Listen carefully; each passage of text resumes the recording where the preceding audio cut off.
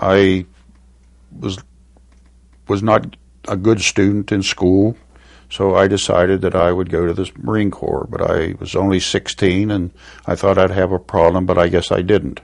So I went in when I was 16 and went to Parris Island for my boot training. And from Parris Island, we went to New River to fire the rifle range. And then as they kept building up people, they kept giving them names, and I became a member of the 1st Separate Battalion. And after they had 3 separate battalions built up in New River, then they took us to the West Coast to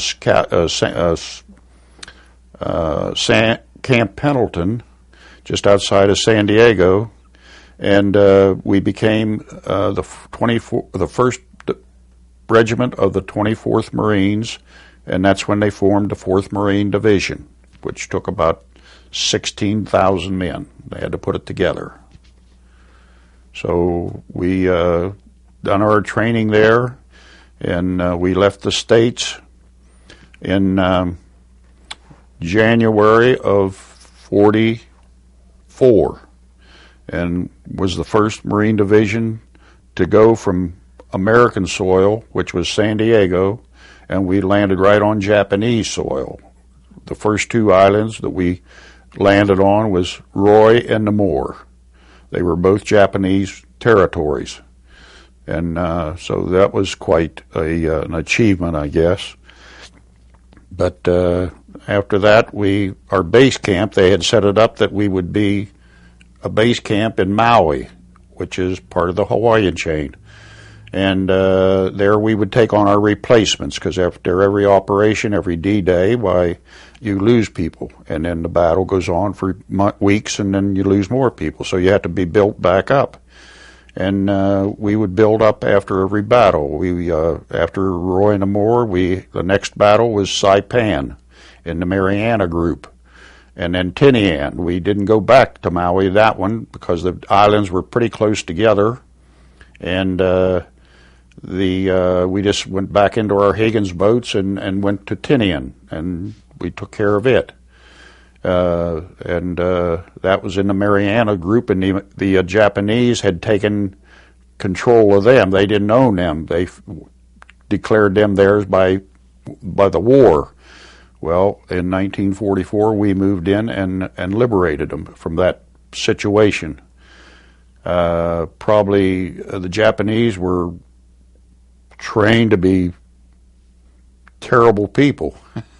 They just used the civilian population terribly to protect themselves. Babies, women, and children, that didn't mean nothing to them. We finally pushed them to the end of the island, and we had loudspeakers set up. We was trying to plead with them, but they would just keep killing these kids. They'd throw the babies over cliffs and throw the women over if they didn't do it. And then we just kept moving in on them, and they went down off the cliffs and across this beach area and coral and out into the water. And they would swim around and drown. The soldiers would, and drown the people. It was just total devastation, and there was quite a lot of them. So the only thing we could do would be try to shoot the soldiers and stop them from doing that, and then we could get the people out of the water. And slow but sure, this was a big area this was going on in, and so we slow but sure got it stopped, and that was the end of it. But by that time, it was a miserable mess.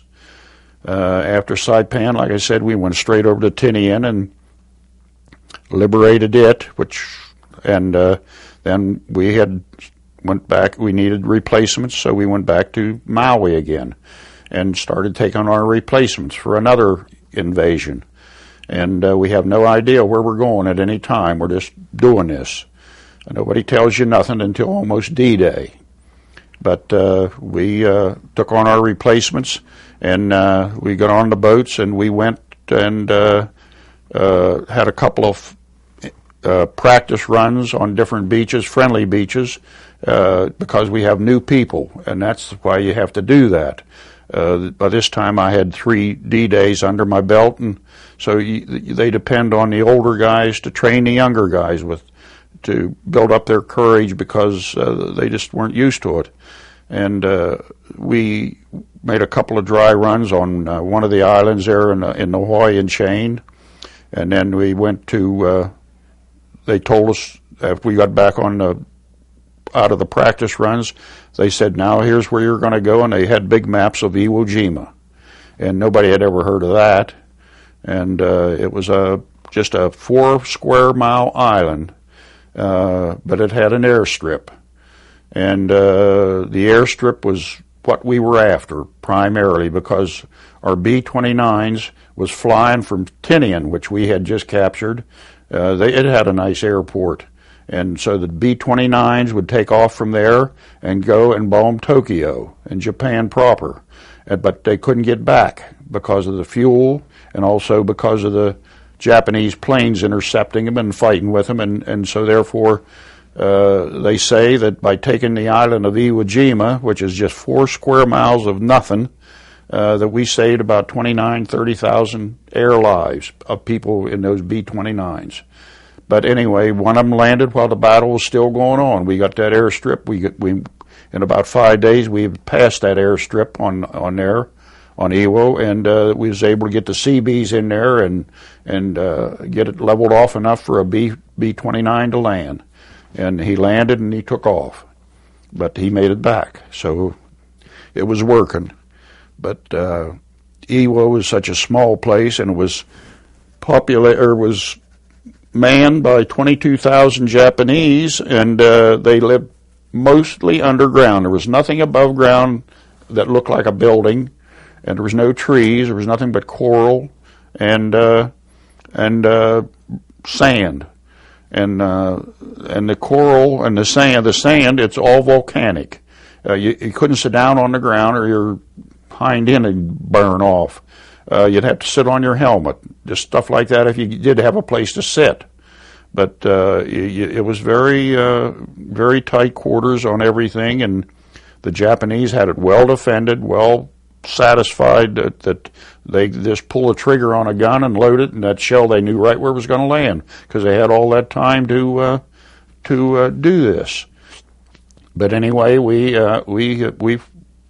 argued with them until we got the job done, and I got a Purple Heart on Saipan. I was wounded and evacuated with shrapnel, but it was not sufficient that they couldn't doctor me up. In a day or so, I was back up on the line. But Saipan was a much bigger island, so there was room to maneuver, and they had a battalion aid station. But on Iwo, there was nothing. So that if they could get you past the beach and onto a boat, you might make it to a hospital ship or another ship that just had a sick bay, and they'd doctor you up and then put you back in. So I was off of Iwo for about 8 or 10 hours because we got hit with a shell and took out about 12 of my people. I was a machine gunner all the way through. I carried a 30 caliber, water cooled, and air cooled in the daytime. Water cooleds were for at night, and you put them both up and crossed them. Had your line of fire set out, every night to stop that banzai attacks, which happened every night. And but I was in machine guns all the way through, and we just done what we had to do. Outside of that, we just went back for the after our 4th landing, which was we had 4 D-Day landings. The 4th Marine Division did in 13 months, and we went back to Maui and started getting our replacements. And that's when B-29 took off of Tinian and dropped that bomb, and that's about it. That was in October. Yeah, I think in October we got the word that the war had ended, and I think we immediately broke camp. They put us on ships. I actually could not remember. I knew I had to come by ship but I had no recollection of how I went from San Diego to the East Coast, to Bainbridge, Maryland, where I was discharged. And I later on found out that I was on a train with other guys that knew things, but I had lost a lot of my faculties, I suppose. I don't know. But anyway, I was told later that I was on a troop train going back to Bainbridge. And I was discharged on in November of 1945. They paid your way home, which amounted to $18 bus fare. So I hitchhiked home and saved my $18. But after that, why, I was at home. A lot of the fellows, for some reason or other, that didn't. I had points. I could have went home earlier, but they had a point system, and I had plenty of points. I wouldn't have had to went to EWO, but then they never. They had the system, but they never used it. Let's put it that way, because they was getting people. The draft had took over. We weren't getting many in volunteers, so the draft was a different situation than volunteers. And so it's a good thing that Truman did what he did. I mean, he had the guts to do it, and it was a good thing. Sure, there was a lot of devastation over there, but they expected that they would lose something like 2 million men if they would have hit Japan proper, because they'd have had the hits for so many sides.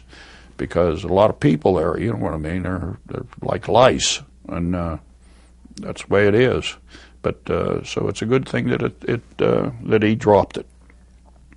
Outside of that, why, I went to farming and bought a farm in '46, and I got my brother in with me. One was in the Navy, and one was in the Army. So we all three went to farming, and I bought my brother out. One brother left earlier and went to his own farm. I bought my brother out. I milked cows for 27 years, me and my wife and kids. And in 73, I sold the cows. And in 75, I moved off the farm. Took a job as a caretaker on an estate because I had background experience in agriculture. In the meantime, I had taken agricultural courses through the Ohio State University. And it was the government had paid for that, on-the-job training, they called it. And they give me also paid for a career in the pottery, and I became a caster in the pottery, which was paid for by the government. They paid the pottery a substance, of my wages to learn this trade. And a caster is a person that works with liquid slip, liquid clay, and pour it in a mold, dump it out in so many minutes, and then you have a sugar bowl. So, and then you finish it and send it to the kiln. But was basically my start in life. Well, thank you. That's exactly what we were looking for. Can I ask you a question? Sir? What was your homecoming like? Could you say, like, okay, I hitchhiked home. Was it a surprise for your mother or father? My mother died when I was 4. Oh.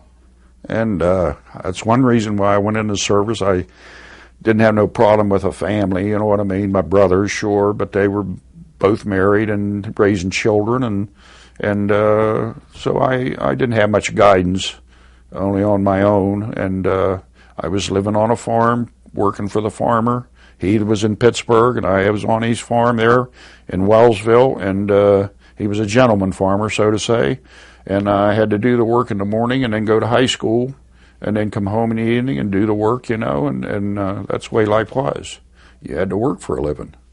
And I just went to a couple of people that were leaving. And, when you do that, it makes you think. So I just thought, well, I'll try the Marine Corps. And like I said, I was only 16, and I said, well, I'm going to go up to Pittsburgh on Monday. I was working in the pottery, learning that trade. No, I was working in the pottery, but anyway, running molds.